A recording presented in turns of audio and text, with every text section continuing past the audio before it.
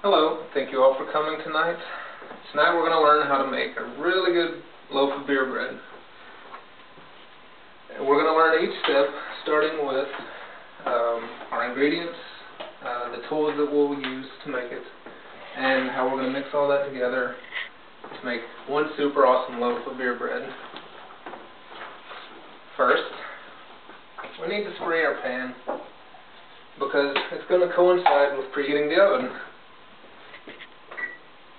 at 350 degrees.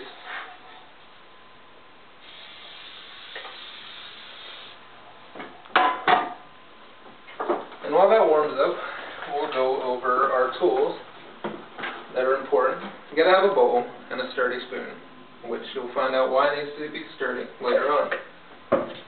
Then, of course, you gotta have your measuring cups, 1 cup and a half cup, aluminum foil to wrap it in. You got something to melt your butter in, and that's good as far as tools go. Now, on to ingredients, what we'll need. Almost forgot the key ingredient.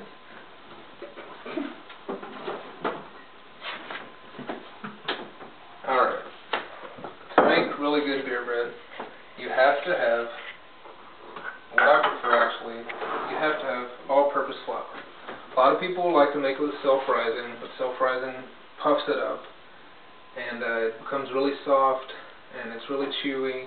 Whereas if you use all-purpose, like this, you take 3 cups, and you measure it out, 1, 2, and a 3. And there's your flour. And I usually choose unbleached because in my mind I think, why not have less chemicals if I can. And then usually a half cup to 1 cup of sugar, which everybody's different, but this recipe has been passed on.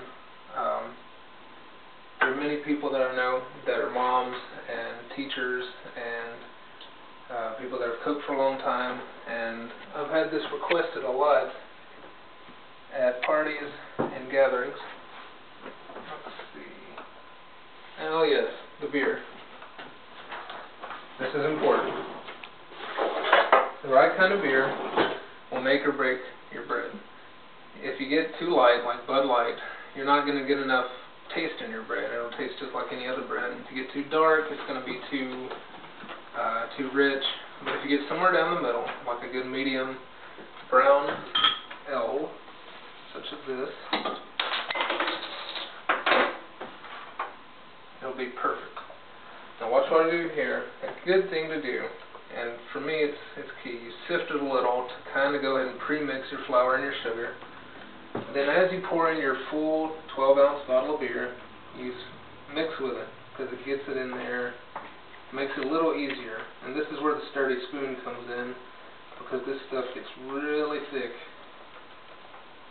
And you definitely want to try to smooth it out as much as possible. If you get it too clumpy, it's going to bake clumpy, and you're going to have clumpy bread. And no one wants clumpy bread.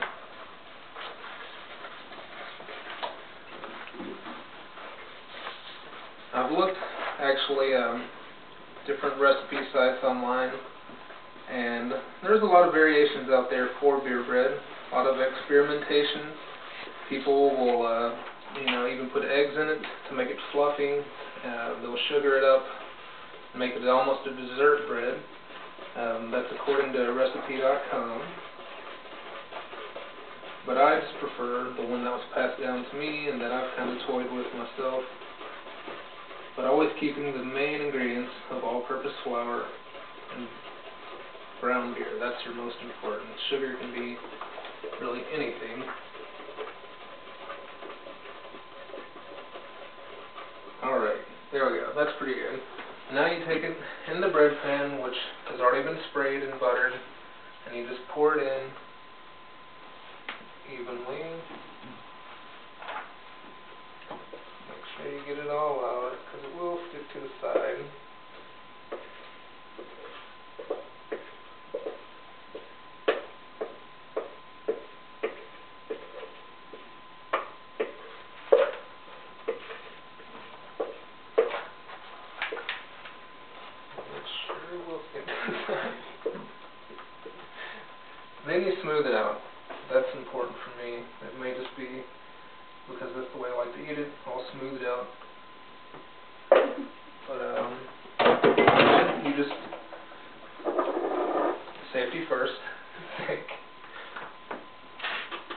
preheating, and there we go, 350 degrees. You put it in, top shelf, and then put it on 40 minutes.